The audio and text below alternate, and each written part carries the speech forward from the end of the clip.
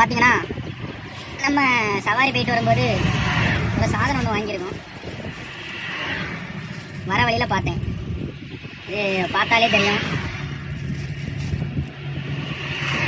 வரமாட்டேங்குது, சிக்கி சிக்கி இருக்கு. இது என்னன்னு தெரியும்? கொடுக்காப்புளி. எல்லாருக்கும் தெரிஞ்சது தான். தமிழில் கொடுக்காப்புளின்னு சொல்லுவோம், இங்கிலீஷில் என்ன பேருன்னு தெரியல. இது வர வழியில் வித்துட்டு இருந்தாங்க ஒரு பழக்கடையில், அதனால பார்த்து வாங்கினேன். இது சின்ன வயசில் பறிக்கிறதுக்கு மரத்துலலாம் ஏறுவேன். ஏறும்போது முள் குத்தி விட்டுரும். மேலே இருந்து கீழே வர முள் நல்ல குத்தும், முள் மரமாகும்.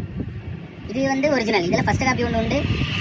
அது வந்து கொடுக்காப்புளி மாதிரியே இருக்கும், ஆனால் கொடுக்காப்புளி கிடையாது. அது வந்து விஷக்காயின்னு ஏதோ சொல்லுவாங்க, தெரியல. நான் பார்த்துருக்கேன், ஆனால் கொடுக்காப்புளின்னு நினச்சி பறிப்போம். ஆனால் அது கொடுக்காப்புளி இல்லைன்னு சொல்லுவாங்க. எப்படி கண்டுபிடிப்பாங்கன்னு எனக்கு தெரியாது. இதுக்கு உள்ளே எடுத்து பார்த்தா வெள்ளை கலரில் சாப்பிடக்கூடிய ஐட்டம் இருக்கும், கருப்பு கலர் கொட்டை கிடக்கும். ஆனால் அந்த கொட்டையை சவுச்சிட விட, மொத்தமாக சேர்த்து சவுச்சிட விடாது. அப்படி சவச்சா கசக்கும், மொத்தத்திலே கசக்கும். அப்புறம் ஒன்றுமே சாப்பிட முடியாது. இது என்னென்னா இப்போ பழுக்கலன்னு நினைக்கும், பச்சை கலரில் இருக்குது.